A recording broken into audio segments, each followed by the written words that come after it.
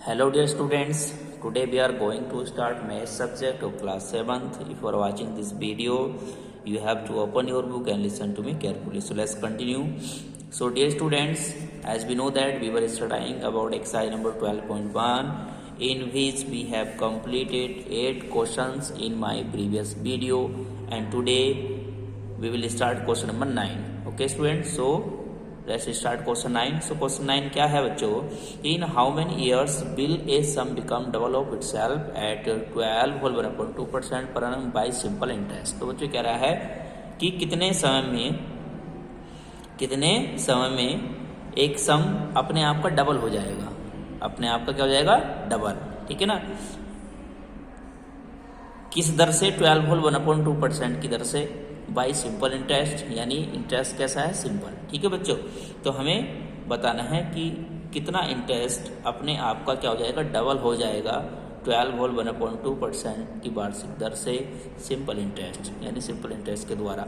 तो यहाँ पर बच्चों देखेंगे कैसे करेंगे इस क्वेश्चन को, ठीक है। तो बच्चों हमें ना तो यहाँ पर प्रिंसिपल दिया है, ना ही हमें अमाउंट दिया है, ना ही हमें एसआई दिया है, बस खाली रेट दिया है और हमें टाइम निकालना है।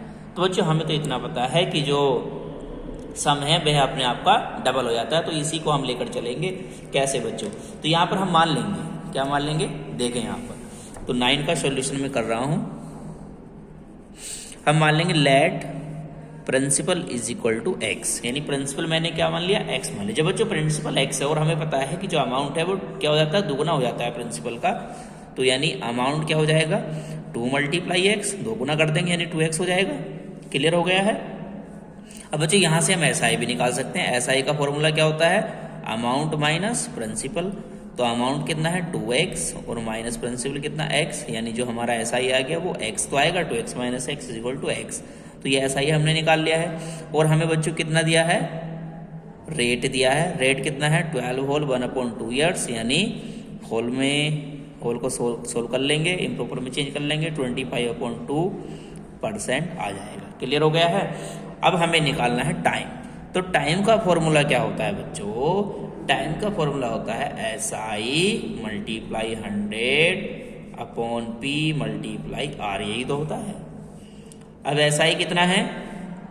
SI तो x है, मल्टीप्लाई 100। प्रिंसिपल कितना है? प्रिंसिपल भी x है, मल्टीप्लाई रेट कितना है? 25/2, तो 25 और अपॉन का 2 कहाँ जाएगा? ऊपर जाएगा, सभी को पता है, ठीक है। इतना हो गया है। अब हद से x कट जाएगा, 25 से 100 कट जाएगा 4 टाइम्स, 25 4 जा 100। ऊपर क्या बचा? 4 मल्टीप्लाई 2, जिसका मीन क्या होता है? 4 2 जा 8, यानी हमने क्या निकाला है? टाइम। और टाइम किस में होता है? ईयर्स में। यानी कितने साल में डबल हो जाएगा? 8 साल में। क्लियर हो गया है? तो बहुत ही सिंपल था। हमने प्रिंसिपल को x मान लिया तो अमाउंट तो x हो ही जाएगा। फिर हमने SI निकाल लिया, SI मिल गया हमको, ठीक है। रेट हमें पता है, ठीक, तो क्लियर हो गया है, हमने टाइम निकाल लिया। आगे चलते हैं क्वेश्चन नंबर 10 की तरफ।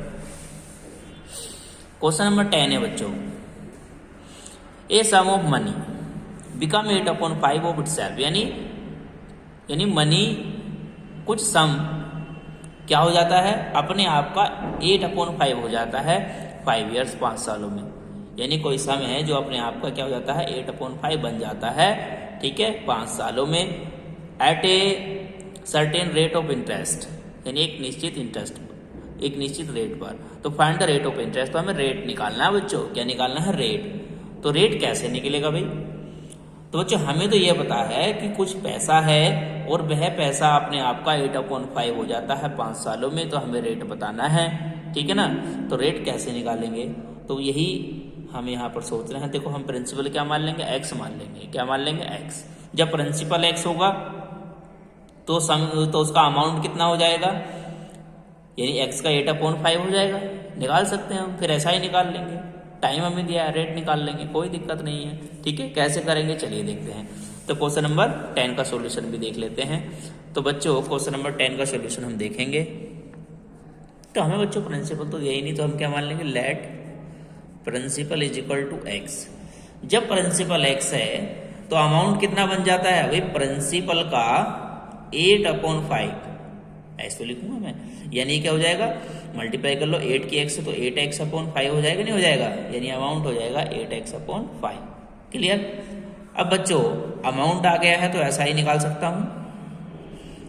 अमाउंट में से क्या कर लूंगा भाई, अमाउंट कितना है 8x अपॉन 5 में से माइनस कर लूंगा किसको, प्रिंसिपल x को। जब माइनस करेंगे क्या आएगा, 5 एलसीएम हो जाएगा तो 8x माइनस क्या हो जाएगा 5x हो जाएगा, यानी हर पास आ जाएगा 3x अपॉन 5। ये क्या निकल गया हमारा SI। SI मिल गया है, कोई दिक्कत नहीं है। अब हमें बच्चों क्या दिया, टाइम भी दिया है। हमें टाइम कितना दिया है बच्चों, तो टाइम दिया 5 ईयर्स। कितना टाइम दिया है 5 ईयर्स, तो time is equal to 5 years हमें दिया ही है। क्लियर। और हमें निकालना क्या है रेट। अब रेट का फॉर्मूला लगा दो बच्चों, तो रेट का फॉर्मूला क्या होता है, SI multiply 100 upon PT, P multiply T, SI multiply 100 upon P multiply T। Clear हो गया है। अब यहाँ पर हम वैल्यूज रख देंगे, वैल्यूज हमें पता है, ठीक है। तो यहाँ पर वैल्यू रख देते हैं, तो R इज इक्वल टू क्या हो जाएगा, SI कितना है, SI है 3x अपॉन 5, तो अपॉन में जाएगा, ठीक है, मल्टीप्लाई 100 और P मल्टीप्लाई T, तो P कितना है बच्चों, P तो x है, और टाइम कितना है, टाइम 5 ईयर्स है, ठीक है। तो x से x कैंसिल हो जाएगा। अब बच्चों 5 से काटो इसको, देखो 5 2 जा 10, 20 आएगा, 5 4 जा 20। R इज इक्वल टू क्या बचा, 3 मल्टीप्लाई 4 तो बचा, तो 3 4 जा कितने होते हैं 12। और ये क्या निकाला, रेट किस में होता है, परसेंट में, तो कितने रेट पर हो जाएगा भाई, 12% के रेट पर।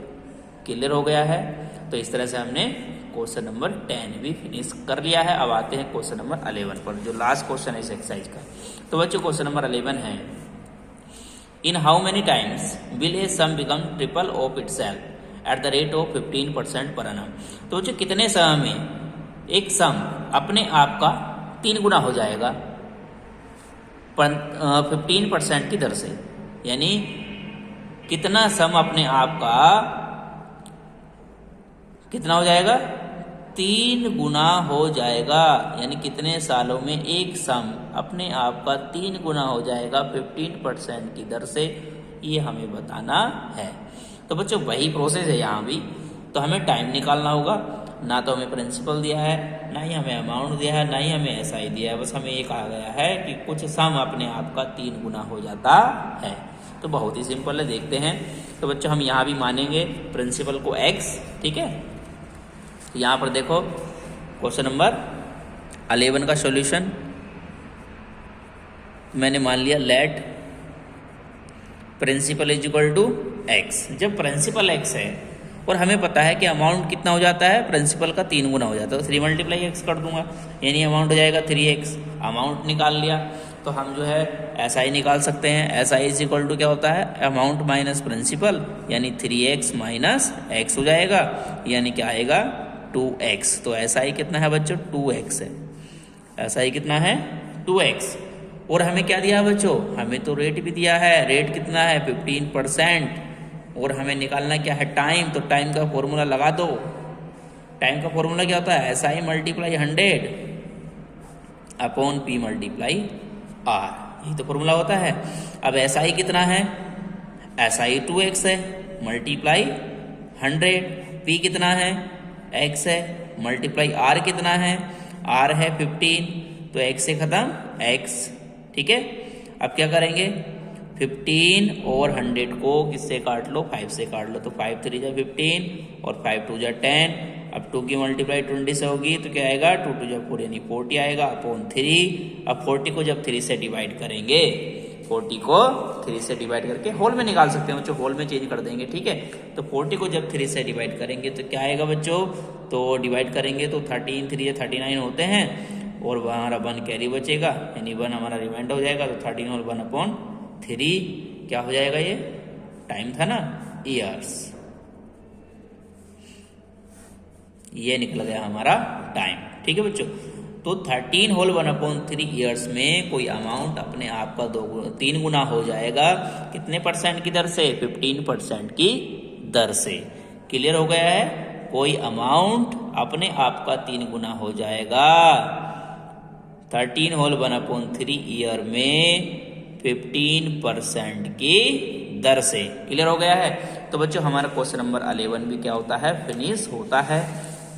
आपको समझ में आया होगा आई होप। ठीक है, तो बच्चों इसी के साथ हमारी एक्सरसाइज 12.1 भी फिनिश हो जाती है। तो आज के लिए इतना ही। ठीक है, मिलेंगे नेक्स्ट वीडियो में नेक्स्ट एक्सरसाइज के साथ। जब तक के लिए थैंक यू, कंटिन्यू और बाय।